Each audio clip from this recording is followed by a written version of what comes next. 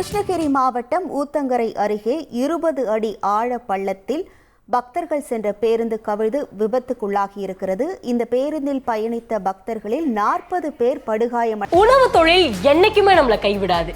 இங்க ஒருத்தர் சைவ உணவகம் நடத்தி மாசம் 5 லட்சம் ரூபாய் சம்பாதிக்கிறார். எப்படின்னு தெரிஞ்சுக்க ஃப்ரீடம் ஆப்பை டவுன்லோட் பண்ணுங்க.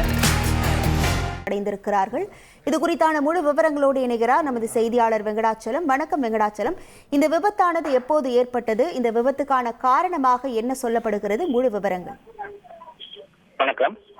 கிருஷ்ணகிரி மாவட்டம் ஊத்தங்கரை அருகே மேல்மருவத்தூர் கோயிலுக்கு சென்ற பேருந்து கவிழ்ந்து விபத்துக்குள்ளானதில் 40 பேர் படுகாயமடைந்துள்ளனர்.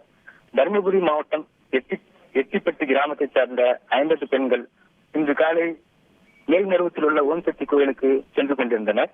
அப்போது கிருஷ்ணகிரி மாவட்டம் ஊத்தங்கரை அருகே பேருந்து சென்று கொண்டிருக்கும் பொழுது கிருஷ்ணகிரி தேசிய நெடுஞ்சாலையில் அருகே உள்ள வீரன் சின்னமலை தனியார் பள்ளி எதிரே பேருந்து சென்று கொண்டிருக்கும் பொழுது ஓட்டுநரின் கட்டுப்பாட்டை இழந்த பேருந்து சுமார் 20 அடி ஆழமுள்ள பள்ளத்தில் கவிழ்ந்து விபத்துக்குள்ளானது. இந்த விபத்தில் ஓட்டுநர் உட்பட சுமார் 40 பெண்கள் படுகாயமடைந்துள்ளனர்.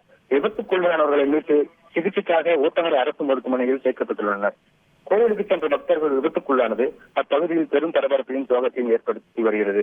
காலை 9:30 மணிக்கு சென்ற பேருந்து 10 மணி அளவில் விபத்துக்குள்ளானது கிராம மக்களிடையே பெரும் சோகத்தையும் பரபரப்பையும் ஏற்படுத்தி வருகிறது. உங்கள் விவரங்களுக்கு நன்றி வெங்கடாச்சலம்.